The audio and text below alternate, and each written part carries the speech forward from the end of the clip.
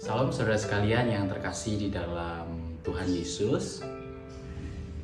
Beberapa hari, beberapa minggu sudah kita jalani di tahun 2024 ini. Karena itu tidak salah kalau kemudian saya menyampaikan selamat tahun baru 2024. Banyak dari antara kita memasuki tahun 2024 dengan penuh semangat, penuh antusiasme, karena punya harapan, punya rencana-rencana, punya resolusi-resolusi yang hendak dicapai, yang ingin diraih, yang barangkali di tahun 2023 belum tercapai. Tapi tidak sedikit di antara kita memasuki tahun 2024 ini dengan kecemasan, dengan kekhawatiran, dengan rasa was-was, bahkan dengan rasa takut. Bisa jadi karena situasi di tengah keluarga sedang tidak baik-baik saja, secara finansial, secara kesehatan fisik, kesehatan emosi, relasi-relasi yang ada sedang mengalami satu kompleksitas tertentu. Barangkali juga merasa was-was karena tahun 2024 menjadi tahun politik, di mana ini mempengaruhi kehidupan kita sehari-hari tentang siapa yang akan menjadi pemimpin Indonesia selanjutnya.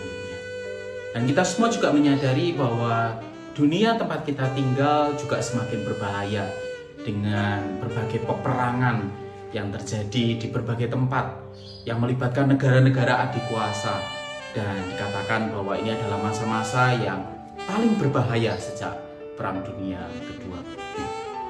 Saudara sekalian, apapun yang menjadi kondisi, perasaan, hati kita saat ini, saya mengajak kita untuk melihat satu kebenaran firman Tuhan yang kiranya dapat menolong kita untuk menjalani hari-hari di tahun 2024, bahkan juga hari-hari setelahnya, di dalam pengharapan, di dalam keyakinan yang teguh bahwa apapun keadaan kita, Tuhan, asalkan Tuhan yang memimpin kita dapat berjalan dengan penuh pengharapan, dengan penuh sukacita dan damai sejahtera. Satu bagian firman Tuhan di dalam Keluaran pasal 13 ayat 20 sampai 22 kiranya menolong kita sekalian. Keluaran 13 ayat 20 sampai 22, demikian firman Tuhan. Demikianlah mereka berangkat dari Sukot dan berkemah di Etam, di tepi padang gurun. Tuhan berjalan di depan mereka pada siang hari dalam tiang awan untuk menuntun mereka di jalan, dan pada waktu malam dalam tiang api untuk menerangi mereka, sehingga mereka dapat berjalan siang dan malam. Dengan tidak beralih, tiang awan itu tetap ada pada siang hari dan tiang api pada waktu malam di depan bangsa itu. Ketika bangsa Israel keluar dari tanah perbudakan, Tuhan di dalam ayat yang kita baca ini memimpin mereka di dalam satu teofani yang kelihatan berupa tiang awan yang menyertai mereka dan memimpin mereka pada waktu siang, dan tiang api yang menerangi mereka dan memimpin mereka pada waktu malam. Bangsa Israel ketika keluar dari tanah Mesir, mereka tidak tahu tanah seperti apa yang mereka tuju. Mereka tidak tahu jalan apa yang mereka tempuh. Namun satu hal yang mereka sadari, sekalipun mereka keluar dari tanah perbudakan itu dengan penuh sukacita, penuh semangat, mereka juga menyadari bahwa perjalanan itu adalah perjalanan yang penuh dengan bahaya. Mereka tidak tahu bagaimana kebutuhan mereka akan makan, minum, akan perlindungan itu dicukupi. Dan mereka juga tahu mereka ada di dalam ancaman baik dari bangsa Mesir maupun dari bangsa-bangsa lain di sepanjang perjalanan.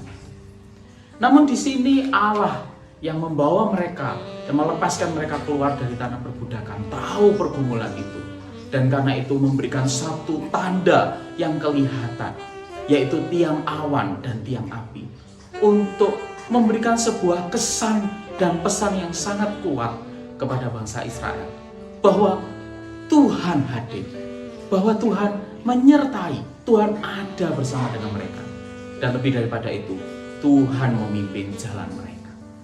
Dan jikalau Tuhan hadir, Tuhan menyertai, dan Tuhan memimpin jalan mereka, semestinya bangsa Israel kemudian tidak perlu menjadi khawatir, tidak perlu menjadi takut, tidak perlu menjadi cemas tentang apa yang mereka akan hadapi. tentang apa yang akan mereka makan dan minum, dan tentang apa dan bagaimana mereka menghadapi segala macam ancaman, tantangan, dan bahaya. Itu memberi mereka rasa tenang, memberi mereka rasa aman, sebuah jaminan yang pasti oleh karena kehadiran Allah. Dan di dalam berbagai macam peristiwa, terbukti bahwa kehadiran tiang awan dan tiang api yang merupakan perwujudan Allah yang kelihatan itu, representasi Allah yang kelihatan itu, membuktikan bahwa mereka terlindungi, mereka aman, mereka dapat merasa tenang. Ketika bangsa Mesir dan Fir'aun mengejar mereka, Allah menunjukkan perlindungannya, penjagaannya.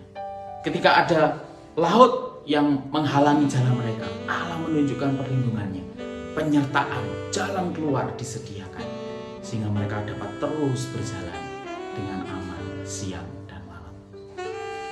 Saudaraku sekalian yang terkasih di dalam nama Tuhan Yesus, namun kita membaca di dalam kisah selanjutnya, kehadiran tiang awan dan tiang api yang merupakan representasi Allah yang kelihatan itu tidak menjamin bahwa bangsa Israel dapat berserah penuh kepada Allah.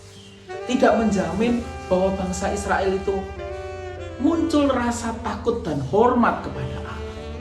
Di dalam banyak peristiwa dan oleh karena berbagai macam keadaan, mereka bersungut-sungut. Mereka menggugat Musa, bahkan menggugat juga Allah. Dan bahkan mereka berpaling dari Allah dengan membuat berhala yang mereka anggap lebih bisa memberikan rasa aman, memberikan kepastian. Dan itu membuat mereka pada akhirnya jatuh di dalam hukuman. Allah membawa mereka berputar-putar di padang gurun selama 40 tahun. Perjalanan yang seharusnya bisa ditempuh selama 3 bulan harus mereka tempuh selama 40 tahun.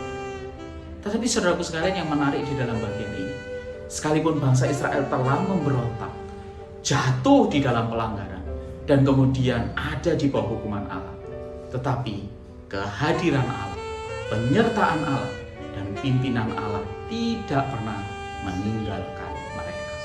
Kita memiliki satu jaminan yang lebih baik, yaitu kehadiran Roh Kudus di dalam hidup kita.